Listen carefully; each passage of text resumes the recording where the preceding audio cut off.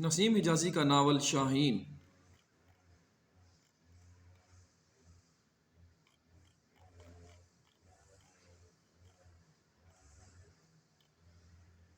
محبت مجھے ان جوانوں سے ہے، ستاروں پہ جو ڈالتے ہیں کمند۔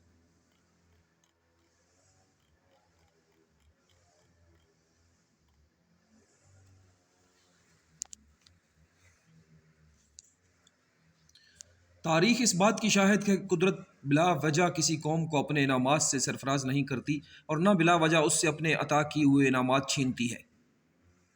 اندلس کے مسلمانوں کا عروج و زوال قانون فطرت کے عین مطابق تھا۔ پہلی صدی ہجری کے آخر میں اندلس کے ساحل پر ان مٹھی بھر سرفروشوں کی کشتیاں لنگر انداز ہوئیں، جن کے سالار کا نعرہ بقول اقبال یہ تھا: ہر ملک ملک ما ست کہ ملک خدائے ما است۔ آسمان نے روئے زمین کے کسی خطے پر شاید اتنی صدیاں کسی جماعت یا قوم کا وہ اقتدار نہ دیکھا ہو جو اندلس میں مسلمانوں کو نصیب ہوا، لیکن 800 سال بعد یہی قوم بے بسی کے آنسوؤں سے اپنی تاریخ کا آخری باب لکھ رہی تھی۔ یہ باب جس قدر دردناک ہے اسی قدر سبق آموز بھی ہے، لیکن یہ کوئی غیر متوقع حادثہ نہ تھا۔ حالات انہیں مستقبل کے خطرے سے آگاہ کر چکے تھے۔ اندلس میں قرطبہ، اشبیلیہ، تلیتلا اور دوسرے مقامات چھن جانے کے بعد غرناطہ مسلمانوں کا آخری حصار بن چکا تھا۔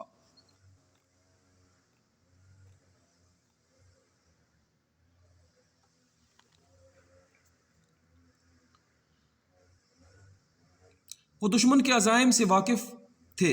وہ جانتے تھے کہ غرناطہ میں مغلوب ہو جانے کے بعد انہیں ظلم و استبداد کے اسی طوفان کا سامنا کرنا پڑے گا جو اندلس کے باقی حصوں کے مسلمان دیکھ چکے تھے، لیکن اس کے باوجود وہ اجتماعی خطرات کا مقابلہ کرنے کے لیے ایک متحدہ محاذ نہ بنا سکے۔ مجاہدین کے گروہ میدان میں آئے، لیکن ان کا عزم اس قوم کی تقدیر نہ بدل سکا جس کا اجتماعی کردار فنا ہو چکا تھا۔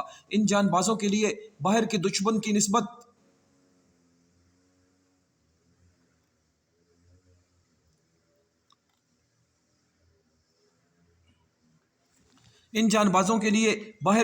کی نسبت گھر کے غدار کہیں زیادہ ناقابل تسخیر ثابت ہوئے۔ غرناطہ میں ہلال و صلیب کی جنگ محض ایک حکومت کا دوسری حکومت یا ایک فوج کا دوسری فوج کے ساتھ تصادم نہ تھا، بلکہ دو مختلف قوموں، دو مختلف نظریوں اور دو مختلف تہذیبوں کا تصادم تھا۔ قسطلہ اور اراغون کے عیسائیوں کو جس مشترکہ خصوصیت نے منظم اور متحد کر دیا تھا وہ ان کی اسلام دشمنی تھی۔ اندلس کے مسلمانوں کا نام و نشان مٹانے کے لیے وہ ایک ہو چکے تھے، لیکن مسلمان اپنے ہر افق پر تباہی و بربادی کی تاریک گھٹائیں دیکھ کر بھی اپنے اجتماعی جذبہ مدافعت کو بروئے کار نہ لا سکے۔ وہ یہ ثابت نہ کر سکے کہ اگر تمام کفر ایک ہے تو تمام اسلام بھی ایک ہے۔ ان میں عربی اندلسی برادری کے اختلافات اس وقت بھی موجود تھے جب دشمن ان کے دروازوں پر دستک دے رہا تھا۔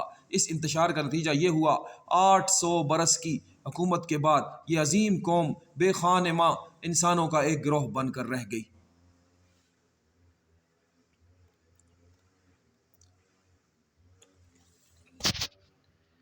مسلمان اندلس کی تاریخ کا یہی باب اس کتاب کا پس منظر ہے۔ اس کا بیشتر حصہ 15 اگست 1947 تک لکھا جا چکا تھا، لیکن 15 اگست کے بعد جو واقعات پیش آئے ان کے باعث میں اس کتاب کو اپنے پروگرام کے مطابق ختم نہ کر سکا۔ اندلس کی وہ داستان جسے بیان کر کے میں قوم کو مستقبل کے خطرات سے آگاہ کرنا چاہتا تھا، ہندوستان کے طول و عرض میں دہرائی جا چکی ہے۔ میرے نزدیک ہندوستان میں مسلمانوں کا قتل عام بھی ایک اتفاقی حادثہ نہیں۔ ہم دشمن کے عزائم سے ناواقف نہ تھے، اس کی گزشتہ تاریخ ہمارے سامنے تھی، ہم دیکھ رہے تھے کہ وہ متحد اور منظم ہو رہا ہے، لیکن اس کے باوجود ہم خطرات کا سامنا کرنے کے لیے تیار نہ ہو سکے۔ ہم میں وہ غدار موجود تھے جو مساجد میں کھڑے ہو کر ہندو کی اسلام دوستی کا ڈھنڈورا پیٹا کرتے تھے۔ وہ شکست خوردہ ذہنیت کے لوگ موجود تھے جو یہ تبلیغ کیا کرتے تھے کہ اکثریت اگر آدم خوروں کی ہو تو بھی وہ انسانوں پر حکومت کا حق رکھتی ہے۔ مشرقی پنجاب، دہلی، جوناگڑھ اور حیدرآباد دکن کے واقعات کے بعد پاکستان کے مسلمانوں کو یہ بتانے کی ضرورت نہیں رہتی کہ پاکستان کے متعلق ہندوستان کے عزائم کیا ہیں۔ کشمیر پر جو حملہ پاکستان کے خلاف اس کا عملی اقدام ہے۔ گزشتہ 150 برس میں ہندو فسطائیت نے جو مدارج طے کیے ہیں وہ ہمیں اس بات کا یقین دلانے کے لیے کافی ہیں کہ ہندوستان کو ایک فوجی شکست ہی راہ راست پر لا سکتی ہے۔ کشمیر کی جنگ میں مجاہدین یہ ثابت کر چکے تھے کہ مسلمان کا لوہا آج بھی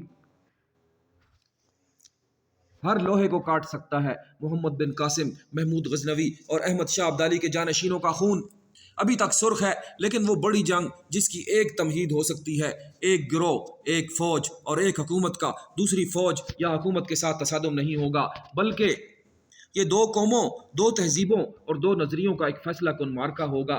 یہ وہ جنگ ہوگی جس میں کفر اس بر عظیم سے اسلام کا نام مٹانے کے لیے اپنی پوری قوت کے ساتھ میدان میں آئے گا، اور پاکستان کے مسلمان اگر زندہ رہنا چاہتے ہیں تو انہیں اپنے عزم کا ثبوت دینا ہوگا۔ پاکستان کا دفاع 7 کروڑ انسانوں کی زندگی اور موت کا مسئلہ ہے۔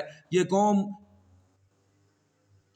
قوم کی عورتوں اور بچوں کو اس وحشت و بربریت سے بچانے کا مسئلہ ہے جس کا نمونہ ہم مشرقی پنجاب میں دیکھ چکے ہیں۔ یہ اس دین کے ناموس کا مسئلہ ہے جس کے لیے بدر و حنین، یرموک اور قادسیہ کی جنگیں لڑی گئیں، جن کے لیے کربلا کی خاک شہیدوں کے خون سے لالہ زار ہوئی۔ یہ اس وطن کے تحفظ کا مسئلہ ہے جس کے لیے 10 لاکھ سے زیادہ انسان قربان ہو چکے ہیں۔ اگر ہم پاکستان کے کسی حصے پر مشرقی پنجاب کی تاریخ نہیں دہرانا چاہتے تو ہمارے لیے ایک ہی راستہ ہے کہ ہم اینٹ کا جواب پتھر سے دینے کے لیے تیار ہو جائیں۔ عمل کی دنیا میں قوت کا جواب منطق کے ساتھ نہیں دیا جا سکتا۔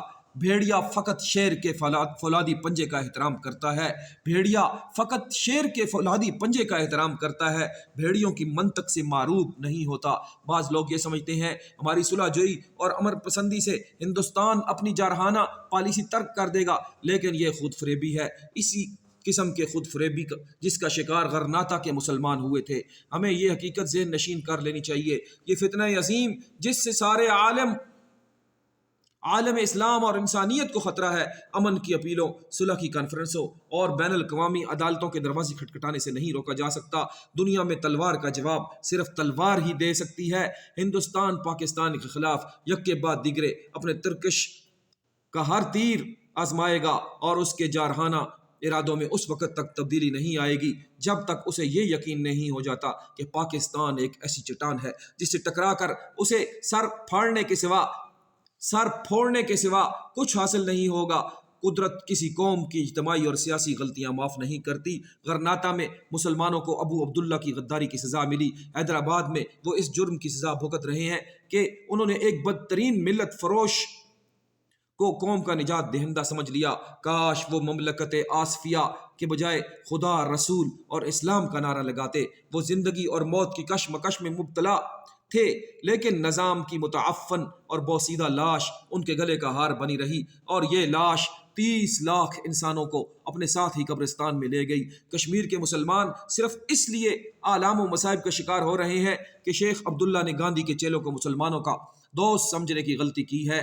تاہم حیدرآباد اور کشمیر میں یہ فرق ہے کہ نظام کی غداری نے حیدرآباد کی جنگ کو عوام کی جنگ بننے کا موقع نہیں دیا، لیکن کشمیر کی لڑائی شیخ عبداللہ کی مخالفت کے باوجود ایک قوم کی جنگ بن چکی ہے۔ مجاہدین کشمیر نہ صرف پاکستان بلکہ سارے عالم اسلام کے دروازے پر پہرا دے رہے ہیں۔ اگر وہ اس سیلاب کو نہ روکتے تو کشمیر کے بعد ہندوستان پاکستان کے ساتھ الجھنے میں ایک لمحہ کے لیے بھی توقف نہ کرتا۔ کشمیر کے مجاہدین نے اپنی جان پر کھیل کر پاکستان کو تیاری کا موقع دیا۔ اگر ہم نے اس موقع سے فائدہ نہ اٹھایا تو یہ ایک ایسا اجتماعی جرم ہوگا جسے شاید قدرت معاف نہ کرے۔ دور حاضر کے فرڈینینڈ کشمیر پر حملہ کر چکے ہیں۔ کشمیر کی وادیوں میں موسیٰ بن ابی غسان کی روح پاکستان کے مسلمانوں کو پکار کر کہہ رہی ہے کہ آؤ، وحشت اور بربریت کے اس سیلاب کے سامنے آہنی دیوار بن جاؤ۔ کشمیر کا خطرہ پاکستان کا خطرہ ہے، پاکستان کا خطرہ سارے عالم اسلام کا خطرہ ہے۔ اس اجتماعی خطرے کا مقابلہ کرنے کے لیے ایک ہو جاؤ۔ ان ملت فروشوں اور غداروں سے خبردار رہو جن سے دشمن نے اہل غرناطہ کو فرقوں، گروہوں اور جماعتوں میں تقسیم کرنے کا کام لیا تھا۔ ہندو فسطائیت پاکستان اور عالم اسلام کے لیے سب سے بڑا چیلنج ہے۔ یہ وقت ہے کہ ہم اپنے ترکش کے تمام تیروں کو جمع کر لیں۔ یہ وقت ہے کہ آندھی آنے سے پہلے ہم اپنے شرازت کے تمام تنکوں کو سمیٹ لیں۔ یہ وقت ہے کہ قوم کی مائیں اپنے بیٹوں اور قوم کی بیٹیاں اپنے بھائیوں اور شوہروں کو جگائیں اور ان سے کہیں کہ اٹھو اور ظلم کے ہاتھ کاٹنے کے لیے تیار ہو جاؤ۔ قوم کے رہنماؤں، یہ وقت آرام کرسیوں پر دراز ہو کر بیانات جاری کرنے کا نہیں، یہ صدارتوں، عہدوں اور کرسیوں کے لیے جھگڑنے کا وقت نہیں، یہ خندقیں کھودنے اور مورچے بنانے کا وقت ہے۔ حکومت کی کشتی کے ناخداؤ، تم قوم کی عزت و آزادی کے امین ہو۔ اپنے ماضی کو دیکھو، حال کو پہچانو، مستقبل کے خطرات کا سامنا کرنے کے لیے تیار ہو جاؤ۔ فرزندان قوم اپنی جانوں کی بازی لگانے کے لیے تیار ہیں، لیکن انہیں مسلح کرنا تمہارا کام ہے۔ پاکستان کا ہر فرد سپاہی ہے، حالات نے اسے سپاہی بنا دیا۔ تم اگر چاہو پاکستان کی ہر بستی کو ناقابل تسخیر قلعہ بنا سکتے ہو۔ قدرت نے تمہیں اس قوم کی سیادت عطا کی ہے جس نے چیتھڑے پہن کر بادشاہوں کی قبائیں نوچی ہیں، جس نے پیٹ پر پتھر باندھ کر شہنشاہوں کے تاج اتارے ہیں۔ پاکستان کے باشندوں، ہر قوم کی زندگی میں ایک ایسا وقت آتا ہے جب زبان یا قلم کی نسبت تلوار کے فیصلے زیادہ صحیح ہوتے ہیں۔ اس دنیا میں عزت و سربلندی صرف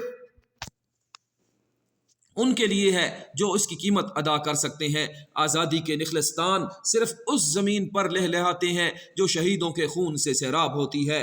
قوم کی عظمت کی داستانیں ہمیشہ اس خون سے لکھی جاتی ہیں جو بہنے کے لیے بیتاب رہتا ہے، اور جب خون منجمد ہو جاتا ہے تو آنسو کام نہیں کرتے۔ کوئٹہ، 15 نومبر 1948۔ نسیم حجازی۔